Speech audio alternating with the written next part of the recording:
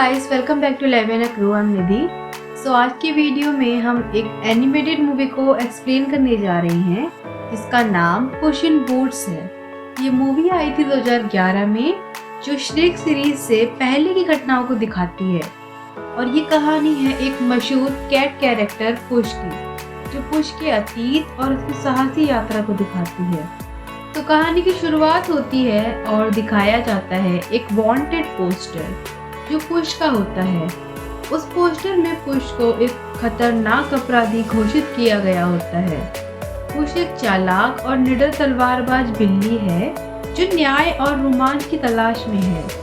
Push एक जादुई beans की खोज कर रहा होता है जिनसे एक विशाल बेल उग सकती है, और वो बेल एक ऐसे महल तक जाती है जहाँ एक सुनहरी हंस यानी गोल्डन गूज रहती है जो सोने के अंडे देती है।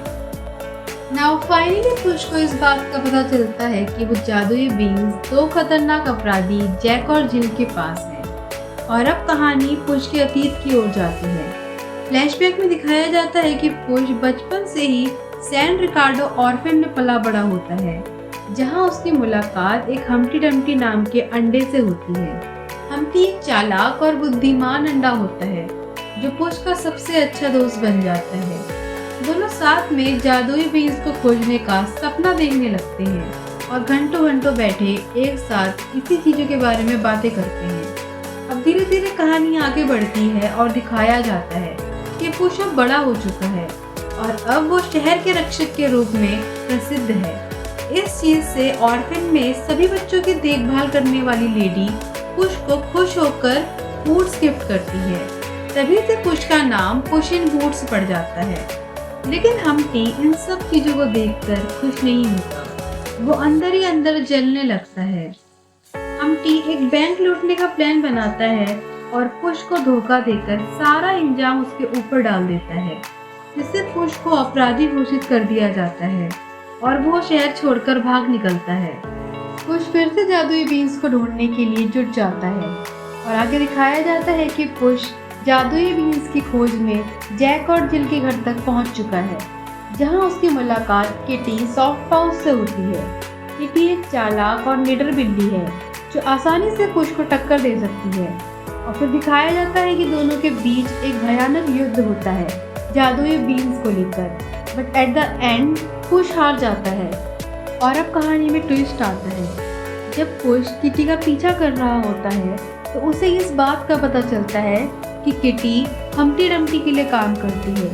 उसको अपने पास्ट की चीज़ें वापस याद आती हैं और वो उनके साथ मिलकर जादुई बीन्स को ढूंढने से मना कर देता है। और तभी हम्टी अपने पुराने गुनाहों के लिए माफ़ी मांगता है। पुश हम्टी पर अभी भी भरोसा नहीं करता, लेकिन किटी के कहने पर वो जादुई बीन्स को चुराने के लिए साथ काम करने के लिए मान जाता है, जिससे वो अपने पुराने गुनाहों को भी गलत साबित कर सके।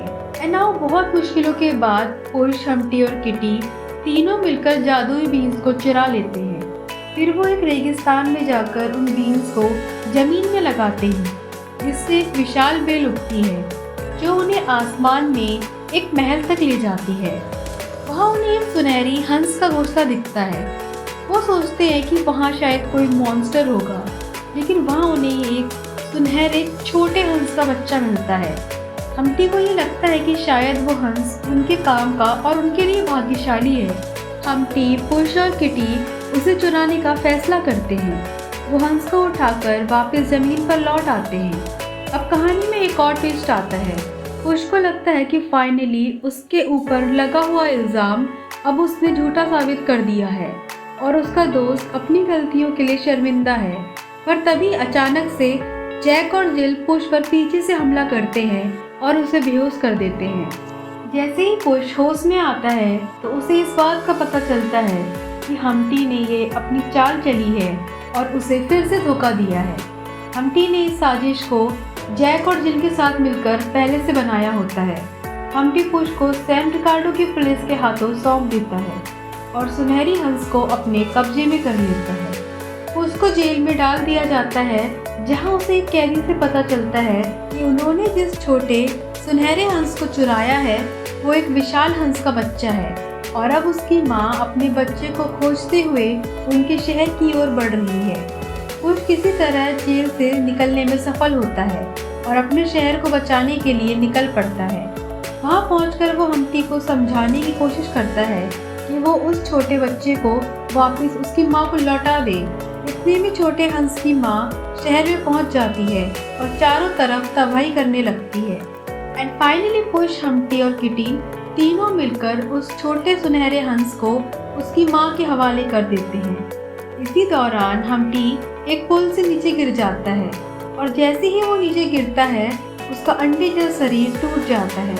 लेकिन जैसे ही पुश हम्टी की लाश को देखता है तो उसे इस बात का पता चलता है कि हम्टी का खोल अंदर से सोने में बदल गया है। तो ये सीन इस ओर इशारा करता है कि हम्टी ने अपने अंदर की बुराई को त्याग दिया था और खुद को सुधारने की पहल कर दी थी और आखिरकार उसने फाइनली एक बार और अपने शहर को बचा लिया था। लेकिन अपने ऊपर लगे इल्जाम को गलत साबित करना संभव न हो पाया। लेकिन फिर भी पुश अपने रोमांचक सफर को जारी रखने का फैसला लेता है। वो किटी सॉफ्टपाउस के साथ एक नए और रहस्यमय सफर पर निकल पड़ता है। तो ये कहानी यहीं समाप्त होती है। इस कहानी में ऐसे ही कई एक्शन और हास्यमय तत्वों का बेहतरीन संतुलन है। ये मूवी पुश के कैरेक्टर को एक नए रूप में उभारती है, जो न केवल एक तलवारबाज है बल्कि अपनी होशियारी से भी दर्शकों का दिल जीतता है। इसमें दोस्ती, विश्वासघात और मूड्स के कई सीन्स हैं जो काफ़ी बेहतरीन तरीके से दिखाए गए हैं। तो अगर आप लोगों को ये कहानी पसंद आई हो तो मेरे चैनल को लाइक से सब्सक्राइब करना ना भूलें। मैं मिलूंगी आपसे नेक्स्ट वीडियो में। तब तक के लिए bye bye and thanks for watching.